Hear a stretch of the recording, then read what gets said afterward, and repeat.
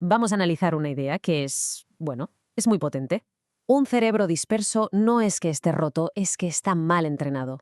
Esto lo cambia todo, porque significa que esa sensación de inconstancia, de no poder mantener el foco, no es algo fijo, sino el resultado de unos hábitos. Y lo bueno es que los hábitos se pueden cambiar. Vamos a ver exactamente cómo reentrenar la mente. Fijaos en esta comparativa, que es muy reveladora. A un lado tenemos el cerebro disperso, reacciona a lo que pasa, está fatigado, es inconstante. Al otro, el imparable, elige su foco, tiene energía de verdad, es consistente.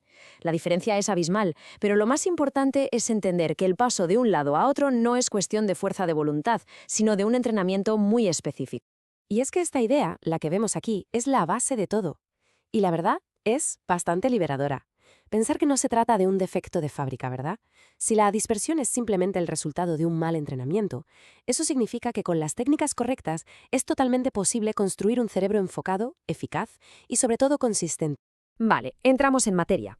Muchas veces se tiende a pensar que un cerebro disperso es, digamos, incapaz, pero la realidad es muy distinta. No es un problema de incapacidad, es un cerebro que vive como secuestrado por estímulos. Está condicionado por un bombardeo constante de notificaciones y distracciones que lógicamente le impiden quedarse quieto en un solo lugar.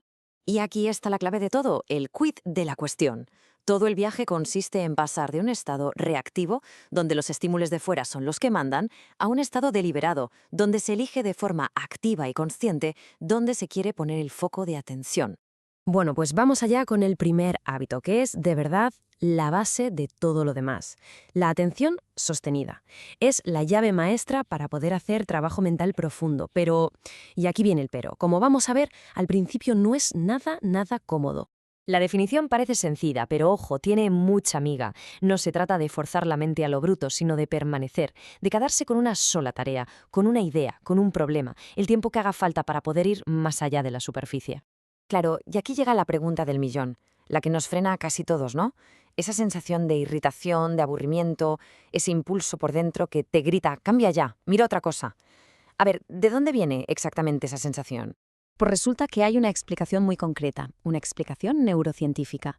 No es que la tarea sea aburrida de por sí, es que el cerebro entra en una especie de síndrome de abstinencia. Está tan acostumbrado a recibir esas pequeñas recompensas de dopamina cada vez que salta a algo nuevo que cuando se lo negamos, pues protesta. Este esquema lo deja clarísimo. El camino para llegar al foco profundo no consiste en evitar la incomodidad, sino en atravesarla. La clave de todo está en ese paso 3: tolerar el vacío. Aguantar esa sensación de abstinencia. La mayoría de la gente huye justo en ese punto. Pero quien se queda, quien aguanta un poco más, es quien cruza el umbral y entra en el modo profundo, donde la atención por fin se estabiliza y el pensamiento se vuelve mucho más claro. Venga, pasamos al segundo hábito, porque claro, el foco no depende solo de la atención pura y dura. También hace falta combustible, hace falta energía para poder sostener esa atención. Esto no es solo un juego mental, es también un juego biológico.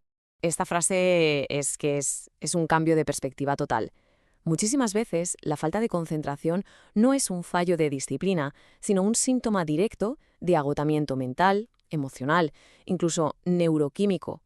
Un cerebro que está exhausto se dispersa como mecanismo de supervivencia, no por capricho. Y esta es una diferencia fundamental, de verdad. La motivación es como el Guadiana, aparece y desaparece, es totalmente impredecible. La energía, en cambio, si se gestiona bien, es una fuente estable y sostenible para el trabajo profundo. Las mentes que son imparables no son las que están más motivadas, son las que mejor regulan su propia energía. Es que el cerebro disperso funciona como una montaña rusa. Tiene picos de motivación altísimos y justo después, un desplome total. Es un sistema insostenible. El cerebro imparable, en cambio, se alimenta de una energía regulada, que es consistente y permite mantener el ritmo a largo plazo. Y para regular esa energía hay un factor que es absolutamente crucial: el descanso. Pero, ojo, no cualquier tipo de descanso sirve. Como se ve en la tabla, está el descanso falso, como hacer scrolling en el móvil, que no repara nada, de hecho mantiene al cerebro enganchado al modo estímulo-respuesta. Y luego está el descanso verdadero, el silencio, un paseo tranquilo, que es lo que de verdad permite que los circuitos neuronales se reseteen y recuperen energía. Esta metáfora del motor me parece buenísima.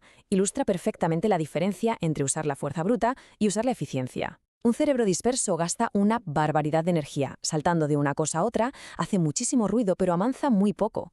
En cambio, el cerebro imparable es eficiente, regula su esfuerzo para poder mantenerlo en el tiempo y llegar mucho más lejos. Y con esto llegamos al tercer y último hábito, el que lo ata todo, el que consolida los dos anteriores.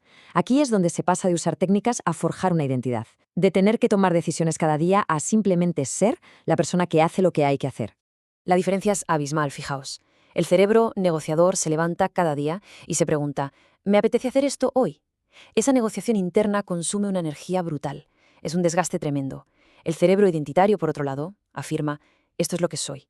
Y la fricción desaparece, porque la acción ya no es una opción a debatir, es parte de la propia identidad. Esta frase es para grabársela a fuego.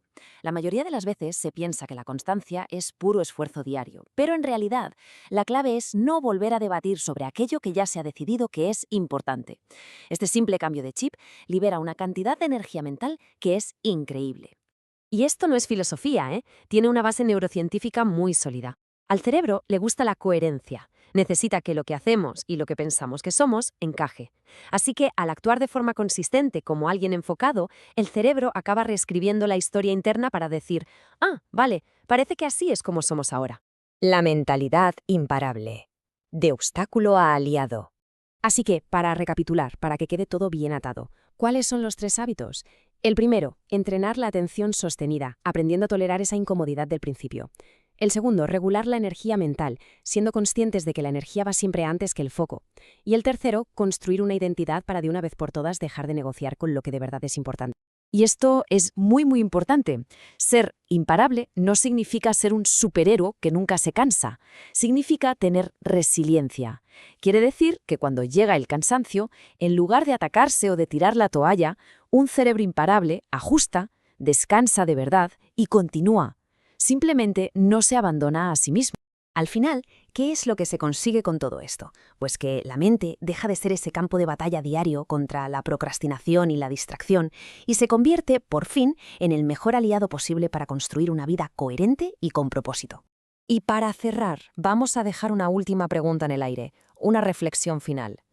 ¿Y si todo ese esfuerzo que se pone en intentar concentrarse está mal enfocado?